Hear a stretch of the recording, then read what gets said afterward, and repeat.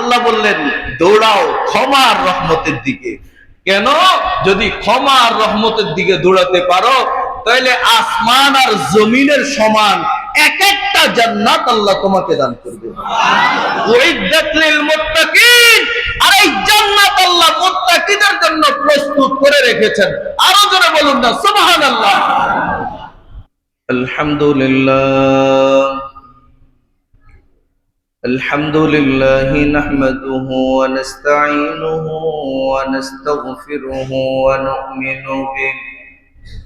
ونؤمن به ونتوكل عليه ونعوذ بالله من شرور أنفسنا ومن سيئات أعمالنا من يهد الله فلا مضل له ومن يضلل فلا هادي له وأشهد أن لا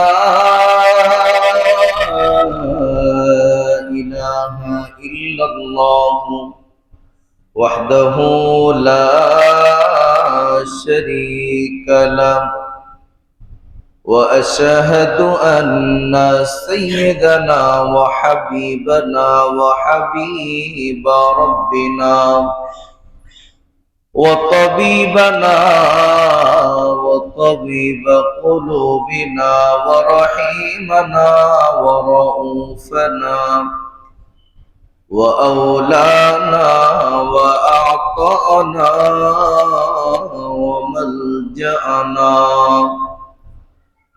ونبينا ونبي ربنا ومولانا محمد صلى الله تعالى عليه وعلى آله وأصحابه وبارك وسلم تسليما كثيرا. أما بعد فقد قال الله تعالى في كلامه المجيد وفي فرقانه الحميد.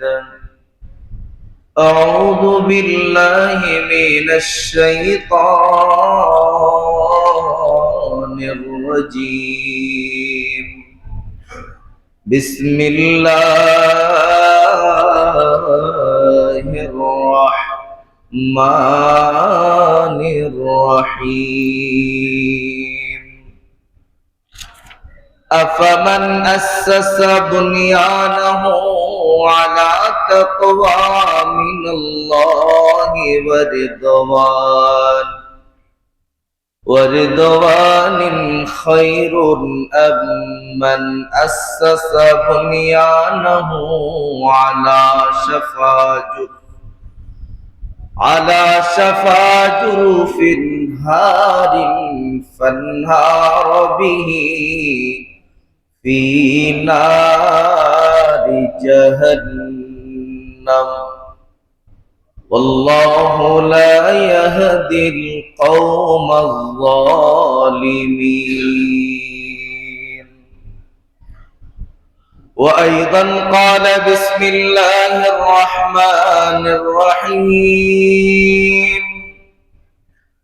إن للمتقين مفازا حدائق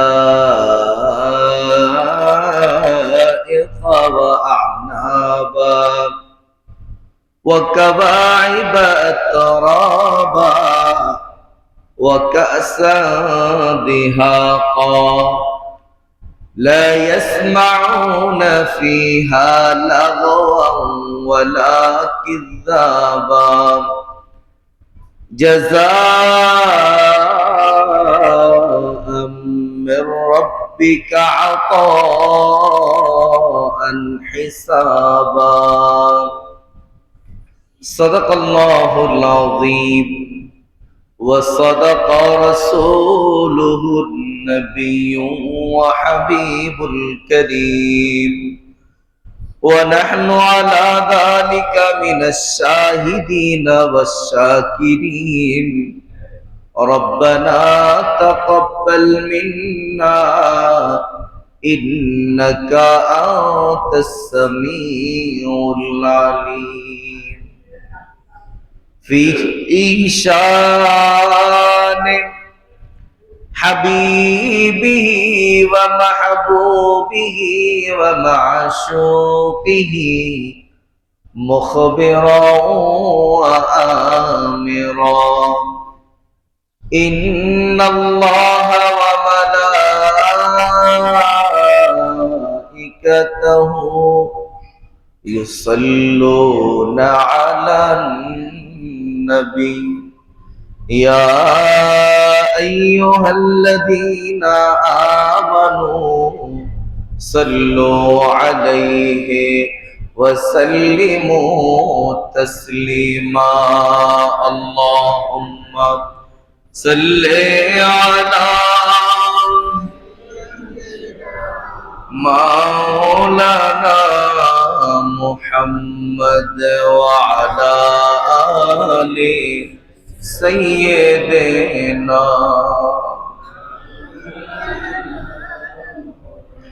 উড়ে যা রে বাংলার হাওয়া উড়ে যা রে মদিনা এই গোলামদের সালাম খানি পৌঁছে দিও মদিনা আল্লাহুম্মা সাল্লি আলা মাওলানা মুহাম্মদ ওয়া আলা আলি সাইয়্যিদিনা লা ইলাহা ইল্লাল্লাহ লা ইলাহা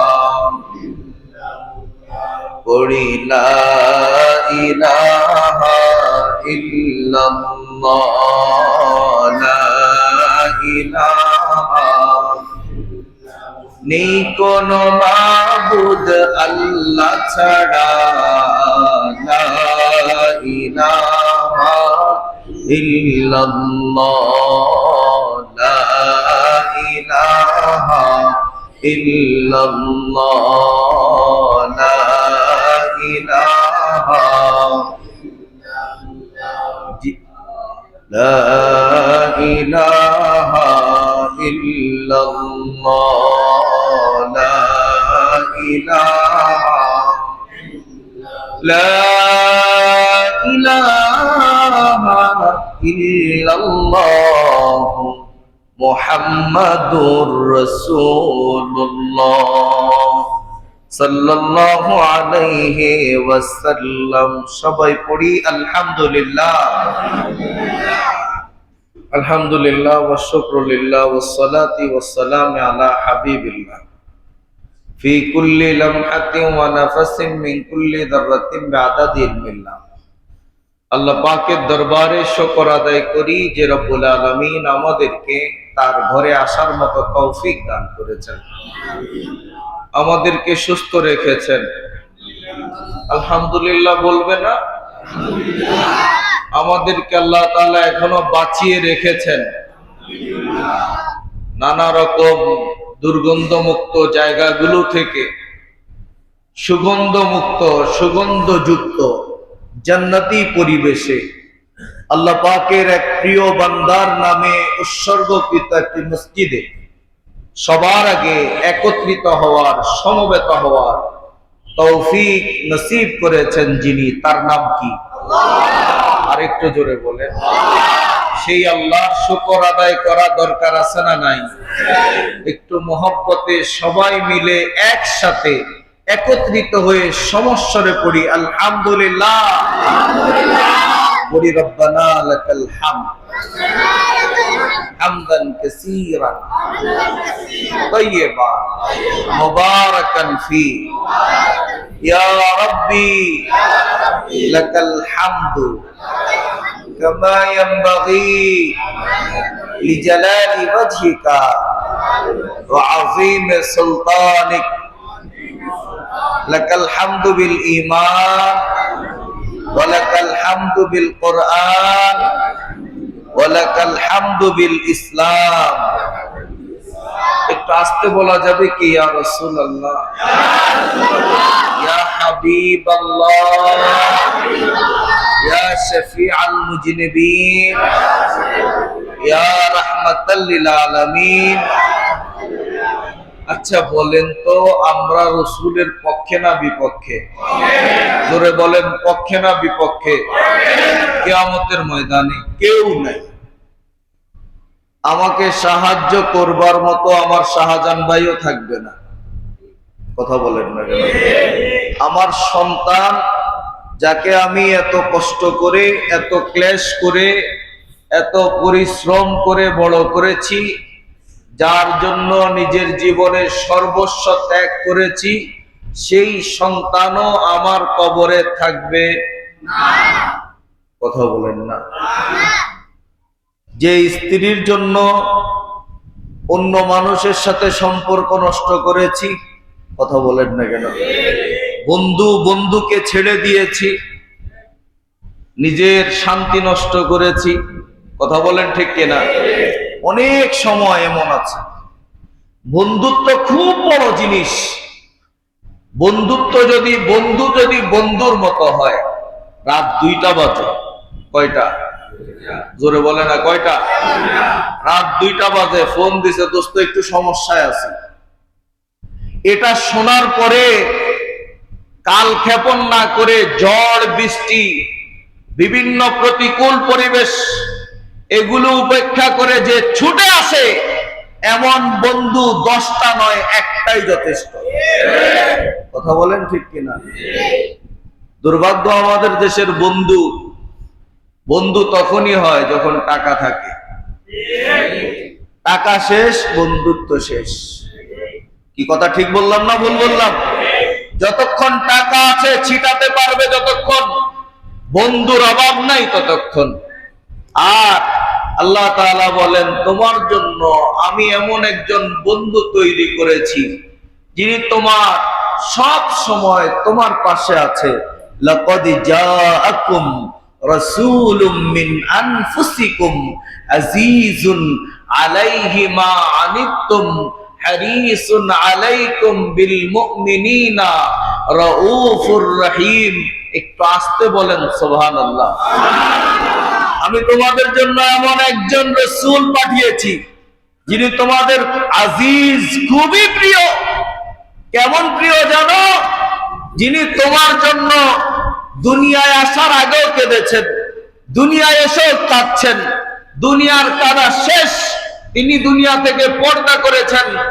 তিনাকে আল্লাহ পাক বললেন, ও বন্ধু, আমার আরশ আযীমের পাশে, লা মাকানের পাশে আমি আপনাকে আমার মতো একটা সিংহাসন তৈরি করে দেই, আপনি এখানে থেকে যান। তিনি বলছেন, না, আমি যদি এখানে থাকি, আমার গোলামেরা, আমার উম্মতেরা, এরা আমায় কোথায় খুঁজে পাবে? না, সেখানে থাকবো না, আমাকে আপনি জমিনে পাঠিয়ে দেন, যেন আমার উম্মতরা আমাকে বারবার সালামি দিতে পারে। তারা দুনিয়ায় কষ্ট পাবে, ক্লেশ পাবে, আমাকে স্মরণ করবে, আমার উপর দুরূদ পড়বে। এই দুরূদের কারণে আমি তাদেরকে তাদের হৃদয়ে শান্তির ব্যবস্থা করে দিব। এই জন্য অনেক সময় আমরা ডিপ্রেশনে থাকি। কথা বলেন ঠিক কিনা? আমাদের হতাশা, অবসাদ, কেউ নাই পাশে, কেউ নাই। আরে কেউ নাই মানে কি? সবাই আছে। ভয় পেয়েন না। ক্ষমতা চলে গেছে এটা ভাববেন না। ক্ষমতা দেওয়ার মালিক আসতে কইল। ক্ষমতা আসতে সময় লাগবে না, খুব দ্রুত সময় ক্ষমতা চলে আসবে। বলেন ইনশাআল্লাহ। ক্ষমতা কে দেয়? আরো জোরে বলেন, কে দেয়? ওয়ালা তাহিনু ওয়ালা তাহজানু ওয়া আনতুমুল আ'লাউনা ইন কুনতুম মুমিনিন। ভয় পেও না, হতাশ হইও না, ডিপ্রেশনে পড়ো না, দ্বিধাদ্বন্দ্বের মধ্যে মুষড়ে পড়ো না। অভাব আসলে অভাবে তুমি নিজেকে হারিয়ে ফেলো না। কারণ আমাদের অনেক মানুষ আছে, যখন অভাব ক্ষুধা আসে তখন ভয় পায়, তখন হারামের দিকে ছুটে। আছে না নাই? কথা বলেন, আছে না নাই? আল্লাহ বলে না না, তুমি ভয় পেও না, কারণ ভয় পাওয়া তোমার কাজ নয়। ওয়া আনতুমুল আ'লাউনা, তুমি শুধু চেষ্টা করো, ইন কুনতুম মুমিনিন, যদি মুমিন হয়ে থাকো বিজয় তোমাকে আমি দিবই দিব। বলেন না ইনশাআল্লাহ? তাহলে ভয় পাওয়ার কি কারণ আছে? টেনশনের কি কারণ আছে? এই জন্য আমি সব সময় বলি, জনপ্রিয়তা ক্ষমতা দুইটা খুব পিচ্ছিল জিনিস। এই আছে, এই নাই। আজকে সবাই ভালোবাসে, হয়তো এমনও কিছু ঘটতে পারে, দেখা যায় যে এই যারা ভালোবাসতো তারাই ঘৃণা করা শুরু করছে। কথা বলেন ঠিক কিনা? আল্লাহ আমাদের সকলকে সহনশীল হওয়ার তৌফিক দান করুন। আমি চাই আগে আমরা যতটুকু ভালো ছিলাম এর চাইতে আরো যেন ভালো থাকতে পারি। কথা বলেন ঠিক কিনা? আগে যা ছিলাম তার চাইতে যেন আরো ভালো থাকতে পারি। কেউ যদি আমাকে থাপ্পড় দিয়ে থাকে, এটাকে আমি মাফ করে দেব। বিনিময় দিবে কে? আল্লাহ। জোরে বলেন আরে বাপ। আরে আপনি থাপ্পড় দিলে কি লাভ হবে? আপনি নিজের হেডম দেখাইতে যাই তো আপনার হেডম নষ্ট করে ফেলবেন। আপনি জানেন না ভাগের উপরও ভাগ থাকে। কথা বলেন ঠিক কিনা? আপনি আজকে কাউকে চোখ রাঙানি দিবেন, ক্ষমতা এসে গেছেন। আগামীকাল আপনাকে চোখ রাঙানি দিবে যে আপনি অপেক্ষা করেন না, যার অস্তিত্বই ছিল না, যারে মানুষ দামই দিত না, মুচি মেথর, কি বলেন ঠিক কিনা? এগুলোর কোনো অস্তিত্বই ছিল না, সে আপনাকে চোখ রাঙানি দিবে। সুতরাং এখন থেকেই আমাদেরকে নিয়ত করতে হবে, এখন থেকে আমাদেরকে চিন্তা ভাবনা করতে হবে, আমরা এখন থেকেই নিজেদেরকে পরিশুদ্ধ করব। আগে যা চলে গেছে এগুলো সব বাদ, ভয় করব একজনকে, তিনি কে? জোরে বলেন। আমরা গত জুমায় আলোচনা শুনেছিলাম তাকওয়া কি। তাকওয়ার তিনটা বৈশিষ্ট্যের কথা আমি বলেছিলাম। কেন তাকওয়া দরকার? আমি আপনাকে বলেছিলাম আমরা খাবারের জন্য প্লেটের মধ্যে খাবার সাজাই, ফলমূল সাজাই, বিভিন্ন ফ্রুটস থাকে আমাদের খাবারের প্লেটের মধ্যে, বিভিন্ন ধরনের হরেক রকমের আইটেমের ইফতার থাকে, হরেক রকমের খাবার থাকে, কাচ্চি থাকে, চিকেন বিরিয়ানি থাকে, ভাত থাকে, ভর্তা থাকে, গরুর গোশত থাকে, বেড়ার গোশত থাকে। আমাদের যদি তকদির ভালো হয় তাহলে আমাদের প্লেটের মধ্যে দুম্বার গোশত থাকে। কথা বলেন না কেন? আমরা এই প্লেটগুলো সাজাই কেন? খাবারের জন্য। আল্লাহ বলে আমিও কোরআন একটা জিনিস দিয়ে সাজিয়েছি, ওই জিনিসের নাম হলো তাকওয়া। তাকওয়া মানে একজনের ভয়, তিনি কে? যদি কারো অন্তরের মধ্যে তাকওয়া এসে যায় তাহলে তার নামাজে মজা এসে যায়। যার অন্তরে তাকওয়া এসে যায় তার রোজায় মজা এসে যায়। যার অন্তরে তাকওয়া এসে যায় ভাইয়ের প্রতি ভাইয়ের মহব্বত বেড়ে যায়। যার অন্তরে তাকওয়া এসে যায় দুনিয়া তার জন্য জান্নাত হয়ে যায়। যার অন্তরে তাকওয়া আসে সে হাঁটলেও শান্তি পায়, বসলেও শান্তি পায়, ঘুমালেও শান্তি পায়, সর্ব অবস্থায় শান্তি পায়। আল্লাহ বলে শুধু দুনিয়ার এই শান্তি, আহা অল্প কিছুক্ষণ অপেক্ষা করো, আমি তোমাকে জান্নাত দিব। একটা নয়, আমি তোমাকে দুইটা জান্নাতের মালিকানা দিব। আরো জোরে এনামের কথা, পুরস্কারের কথা শুনলে একটু বেশি জোরে সুবহানাল্লাহ বলতে হবে না? কয়টা জান্নাত পাবে? জোরে বলে না কয়টা? কারে ভয় করলে? বলে না কারে ভয় করলে? এবার আসেন আল্লাহ কোথায় বললেন? সূরাতুর রহমান।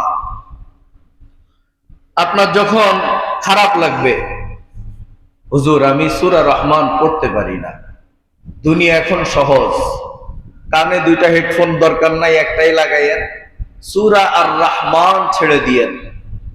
এই আর রহমান শুনতে শুনতে নিজেকে একটু কল্পনা করিয়েন।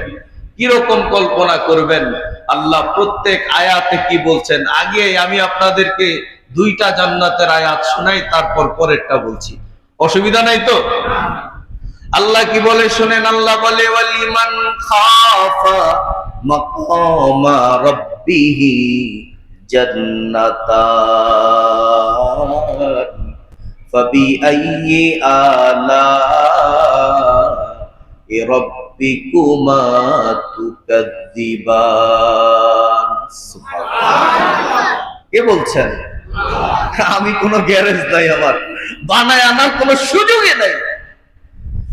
আল্লাহ বলে কেউ যদি আমাকে ভয় করার মতো ভয় করে, ওয়ালিমান খাফা মাকামা রাব্বিহি জান্নাতান, আমাকে যদি দুনিয়ায় ভয় করার মতো ভয় করে, আমি তার মাকাম কেমন বাড়াবো জানো?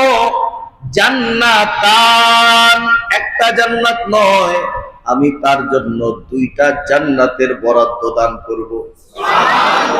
কয়টা? আরো জোরে। দুইটা জান্নাত।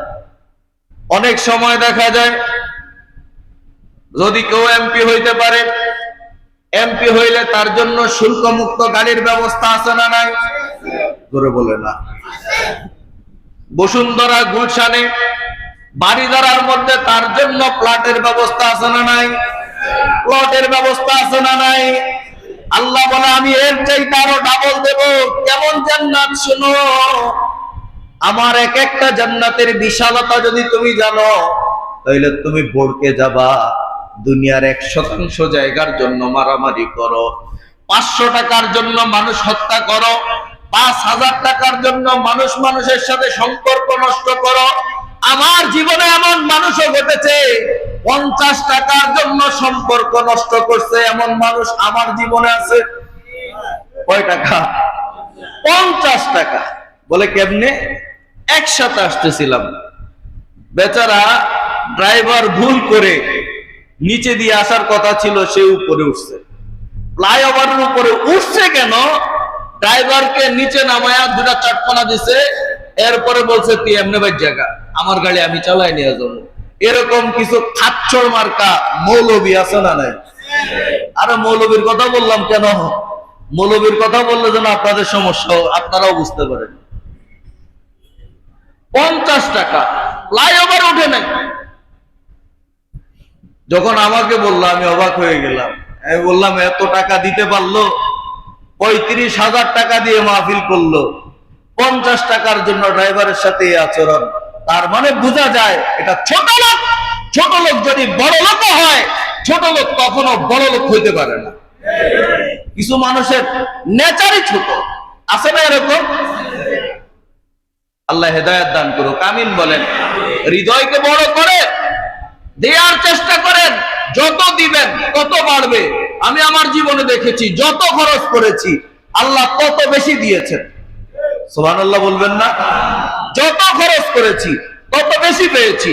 খরচ করলে কমে না, দানে কখনো কমে না, দিতে থাকেন না। অনেক মানুষ এখানে আছেন ভাই, যাদের বোনকে 500 টাকা দেওয়ার মতো অ্যাবিলিটি অনেকের নাই। আছে না? আছে না? আছে না? আছে না? ভাইকে 1000 টাকা দেওয়ার মতো অ্যাবিলিটি নাই। আমি বলবো ভাই, আপনি আপনার বোনকে, ভাগিনাকে, ভাতিজাকে 100, 200, 500, 5000 এভাবে দিতে থাকেন। রিজিক যদি না বাড়ে, আয়েশা আমার কানে ধরে জিজ্ঞেস করেন হুজুর বাড়ে নাই। রিজিক বাড়বে কিভাবে? আপনার রিজিক বাড়ে নাই কারণে। আপনার রিজিক বাড়বে এজন্য, কারণ তারা আপনার কাছে পায়, তারা আপনার অধীনস্থ। কথা বলেন ঠিক কিনা? আল্লাহ বুঝার তৌফিক দান করুন। আল্লাহ বললেন ওয়ালিমান খাফা মাকামা রাব্বিহি জান্নাতান, যদি তোমরা আল্লাহকে ভয় করার মতো ভয় করো তাহলে দুইটা জান্নাত দিব। দুইটা জান্নাতের বিশালতা কেমন হবে? আল্লাহ রাব্বুল আলামিন অন্য একটা আয়াত দিয়ে আমাদেরকে জানায় দিলেন, ওয়াসারিউ ইলা মাগফিরাতিম মির রাব্বিকুম ওয়া জান্নাতিন আরদুহাস সামাওয়াতু ওয়াল আরদ উইদ্দাত লিল মুত্তাকিন। সুবহানাল্লাহ। আল্লাহ বললেন দৌড়াও ক্ষমার রহমতের দিকে। কেন? যদি ক্ষমার রহমতের দিকে দৌড়াতে পারো তাহলে আসমান আর জমিনের সমান এক একটা জান্নাত আল্লাহ তোমাকে দান করবে। উইদ্দাত লিল মুত্তাকিন, আর এই জান্নাত আল্লাহ মুত্তাকিদের জন্য প্রস্তুত করে রেখেছেন। আরো জোরে বলুন না সুবহানাল্লাহ। তাহলে আমার ভাইরা, সামনে রমাদান আসতেছে, এই রমাদানে তাকওয়া দরকার আছে নি? রমাদানে যদি আপনি তাকওয়া ছাড়া রোজা রাখেন কোন লাভ হবে?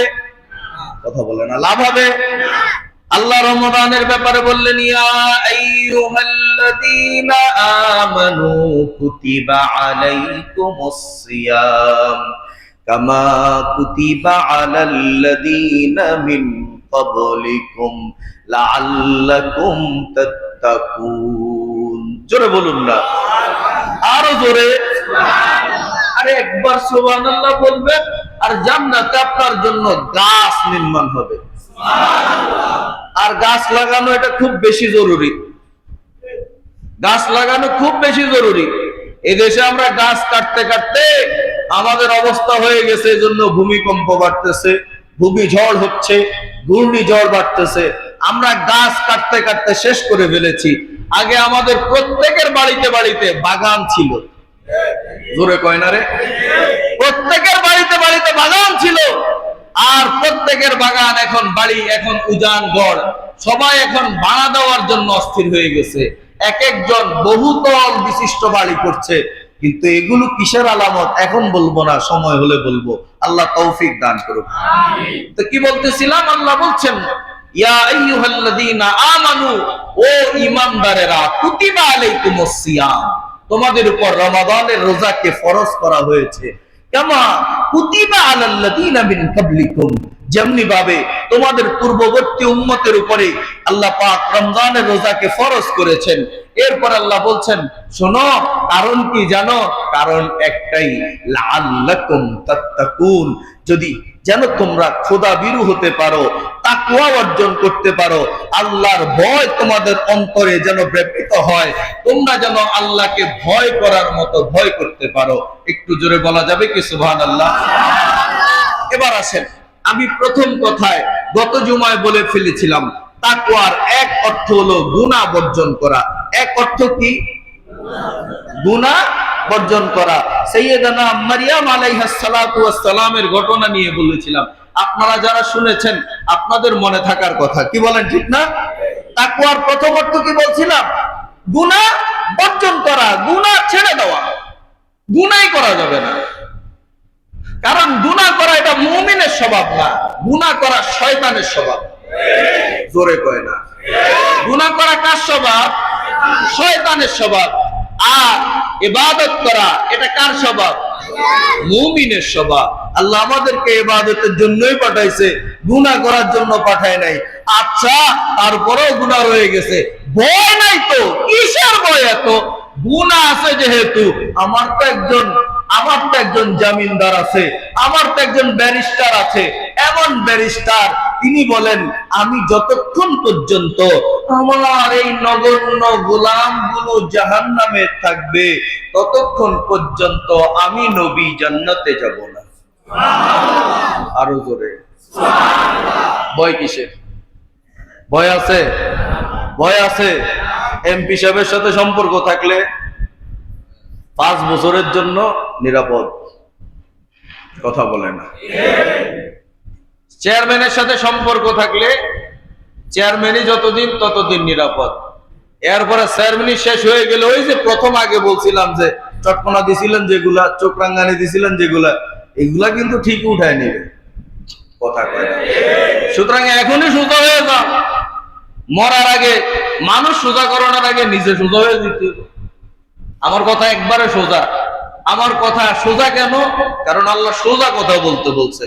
আল্লাহ বলছে, ইয়া আইয়ুহাল্লাযীনা আমানুত্তাকুল্লাহ ওয়া কুলু কাওলান সাদীদা, ও ঈমানদারেরা, ইত্তাকুল্লাহ, ভয় করো। কারে ভয় করবেন?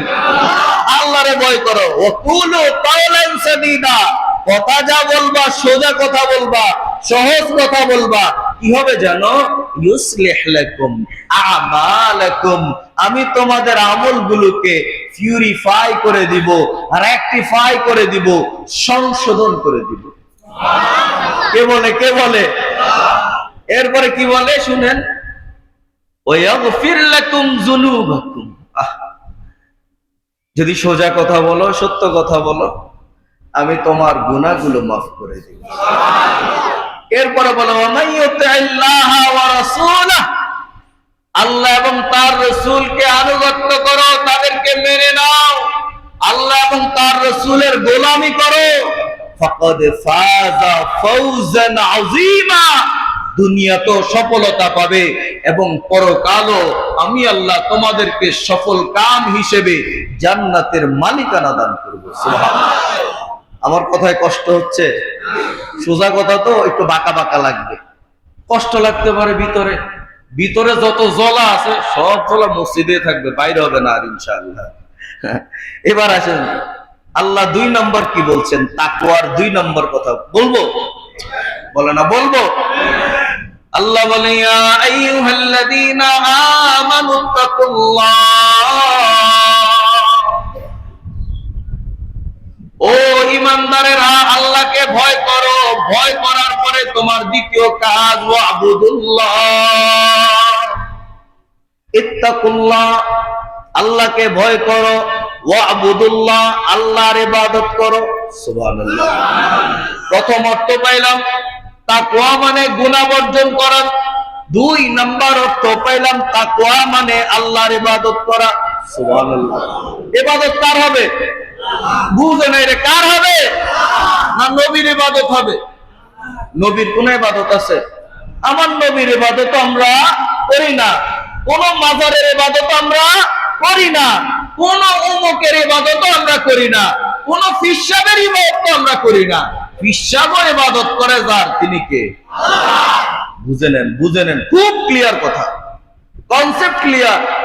আপনি যে আরেকজন আপনারে ভুল বুঝাইয়া দিল, আপনারে লাহোর থেকে ইসলাম এনে ঢুকাইয়া দিল আপনার ভিতরে, এমন ভাবে ঢুকাইয়া দিল, এমন বিষ ঢুকাইয়া দিছে, এই বিষের কারণে আপনি এখন যার কারণে দেশ, সুবহানাল্লাহ বলেন না, এই দেশ যাদের কারণে, যারা না আসলে এদেশে মুসলমান হতাম না, কথা বলেন না, এদেরকে আজকে ভাঙ্গার জন্য, একেবারে নাস্তানাবুদ করার জন্য এক শ্রেণী উট পেতে বসেছিল, এখনো উট পেতে আছে।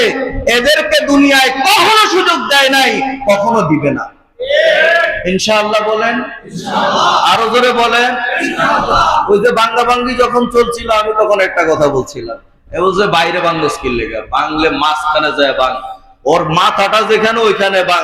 যদি জিন্দা থাকে তাহলে বুঝবি খেলা কারে কয়, আর যদি মরা থাকে এটার উঠে না, ধ্বংস করে এটা। মনে রাখতে হবে, মার্কেটে যে জিনিস বেশি চলে ওই জিনিস নকল হয়। জোরে বলেন না কেন? এদেশে আল্লাহর ওলিদের মাজার সংরক্ষণ করার জন্য আমি বলেছি, এটা সংরক্ষণ করতেই হবে। মাজারে আমরা নাচ গান করতে যাই না, মাজারে আমরা যাই জিয়ারত করার জন্য। সেখানে যাই এজন্য, কারণ উনারা আল্লাহর প্রিয় বান্দা, উনাদের উসিলায় আমরা আল্লাহর কাছে দোয়া করি। হয়তো এমনও হতে পারে আল্লাহ তাআলা তার উসিলায় আমার দোয়া কবুল করতে পারে, এই ছাড়া আর কিছু না, কিচ্ছু না। মাজার শব্দের অর্থ হলো জিয়ারতের স্থান। মাজার শব্দের অর্থ কি বাবা? খুব বুঝে যান, বুঝে যান, মারামারি করার দরকার নেই। যদি এখনো না বুঝেন, 14 বার বুঝাইতে চাইলে আমি বুঝতে রাজি। আপনি যদি আমার বুঝাইতে পারেন, আপনার দলে আমি আছি। কিন্তু আপনি যদি সত্য না বুঝেন, তাহলে আপনার কপাল পোড়া। মাজার, এখানে অবাধে নারী পুরুষ থাকবে, এটাও আমরা চাই না। মাজারের মধ্যে কেউ যাইয়া দলামলা খাবে, এগুলো আমরা চাই না। মাজার পবিত্র জিনিস, মাজারে মানুষ যাবে, সেখানে গেলে মানুষের হৃদয় পরিবর্তন হবে। মাজারে যাওয়ার পরে মানুষের হৃদয়ের মধ্যে আলো আসবে, কারণ আল্লাহ পাক বলছেন ইন্না আউলিয়া আল্লাহ লা খাউফুন আলাইহিম ওয়া লা হুম ইয়াহজানুন। আল্লাহ বলছেন যারা আমার বন্ধু হয়ে যায় তাদের দুনিয়াতেও ভয় থাকে না, পরকালেও ভয় থাকে না। একটু আওয়াজ দিয়ে বলা যাবে কি সুবহানাল্লাহ? তাহলে আমরা আল্লাহর ওলিদের পক্ষে না বিপক্ষে? জোরে কয় না রে, পক্ষে না বিপক্ষে? যিনি বাংলাদেশের সুলতান, তার নাম হযরতে শাহজালাল মুজাররদি ইয়ামানি, আমাদের শাহজাহান ভাই, তিনি এই এক পবিত্র নাম দিয়ে মসজিদ নির্মাণ করেছেন। আমি বিশ্বাস করি এই মসজিদ ইনশাআল্লাহ কিয়ামত পর্যন্ত আবাদ থাকবে। ইনশাআল্লাহ বলেন না? এই মসজিদের খাতিরে ইনশাআল্লাহ, এই মসজিদের খাতিরে হাজারো মানুষ হেদায়েতের নূর পাবে, আমি এটা বিশ্বাস করি। আপনি হয়তো বলতে পারেন, বলে এটা কিভাবে বললেন? কারণ আপনারা এর আগেও জেনেছেন আমাদের এই মসজিদ আলহামদুলিল্লাহ সপরিবারে এক জাক মানুষ মুসলমান হয়েছে। কি ঠিক না? ঠিক না? সপরিবারে হয়েছে। এটা আমার কোনো কারামত না, আমার কোনো ক্ষমতা না, এটা হযরতে শাহজালাল মুজাররদি ইয়ামানির সেই নসলের বরকত। আমাদের শাহজাহান ভাই, মুখলেস ভাই, রহমতুল্লাহ ভাই, অমুক ভাই, তমুক ভাই, অমুক হুজুর, এগুলো কিচ্ছু না। আমি মনে করি দ্বীন কায়েমের জন্য, এদেশে দ্বীন প্রতিষ্ঠা করার জন্য কোন মোল্লার প্রয়োজন নাই।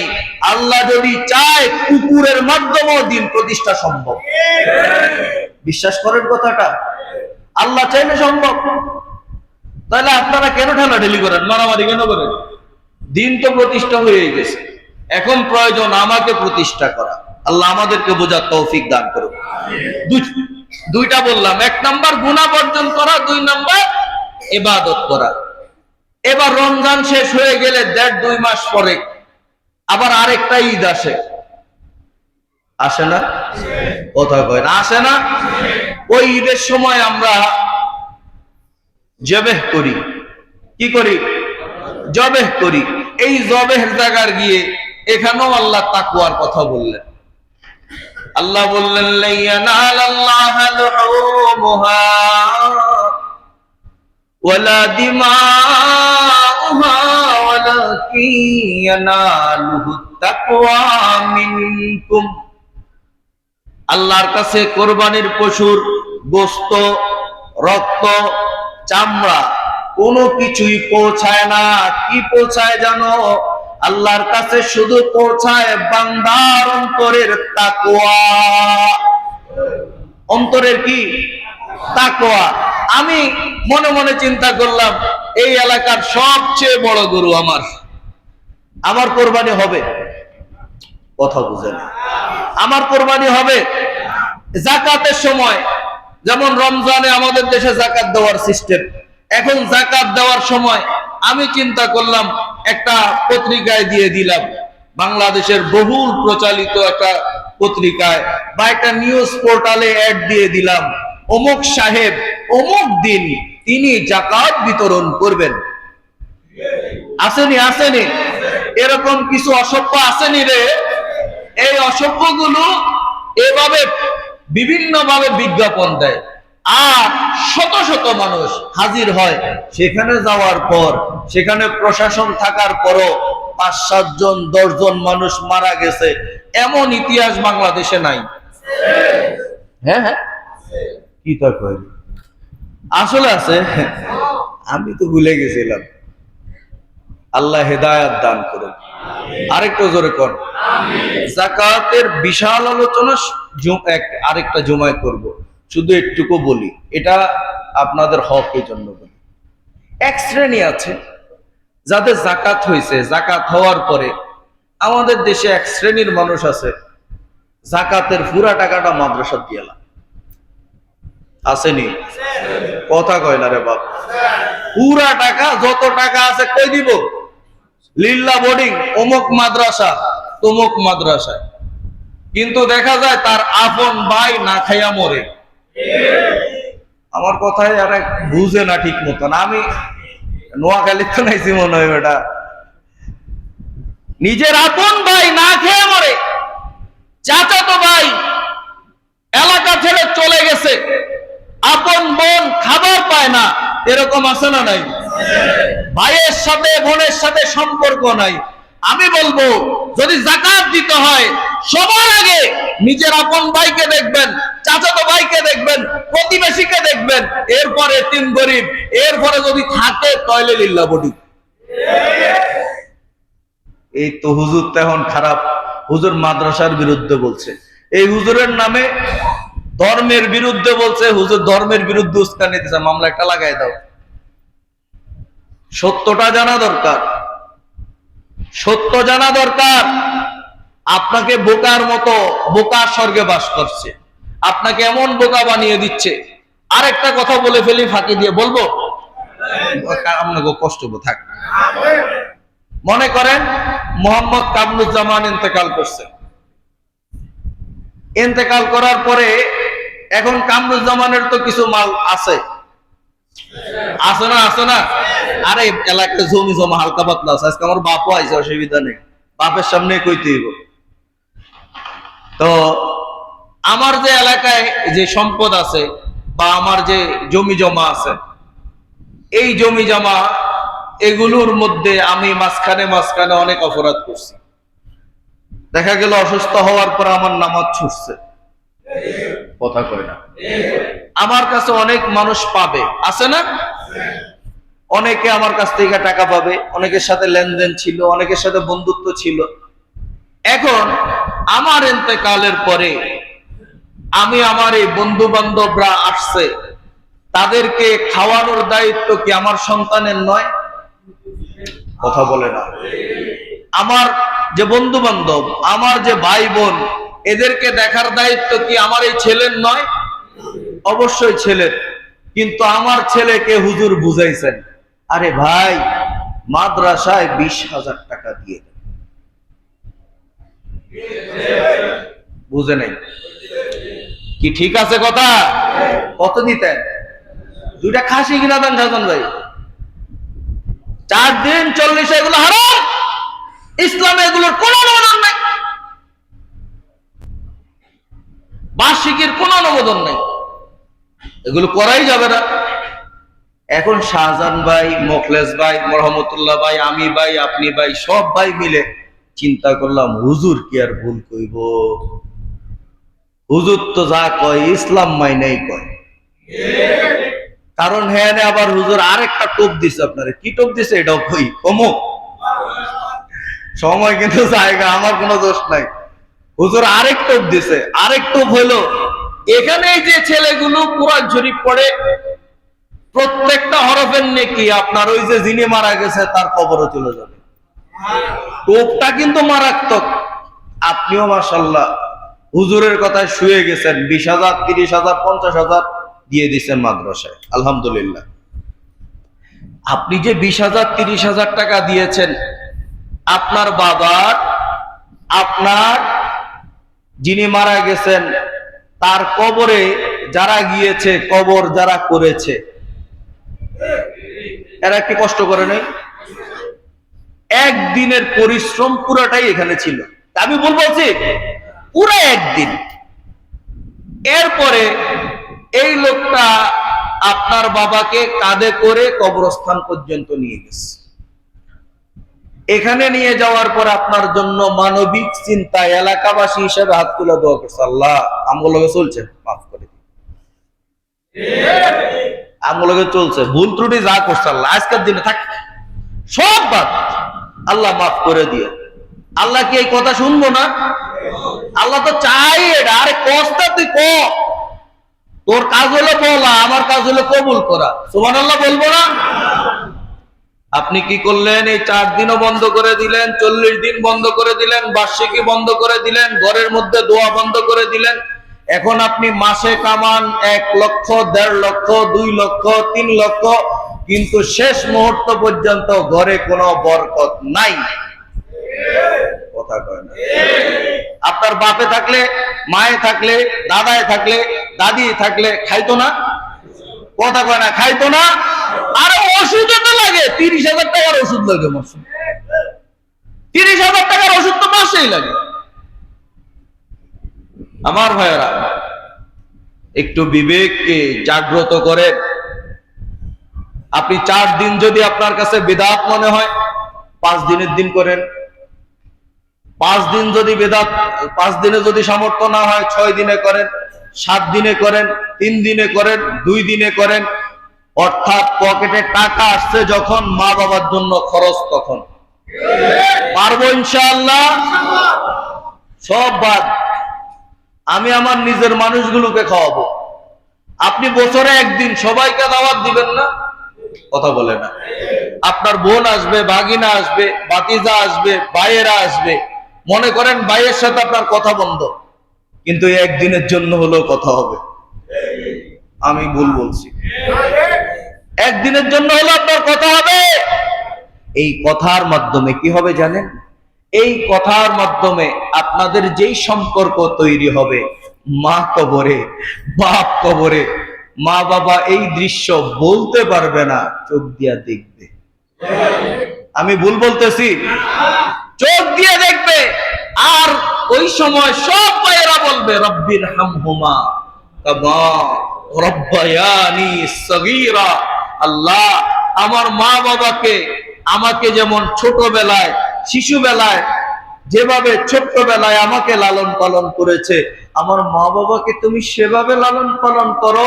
আল্লাহ বলবে, ঠিক আছে, নিয়ামত যেহেতু চেয়েছে, আর দেরি নাই, আমি তাকে মাফ করে দিলাম।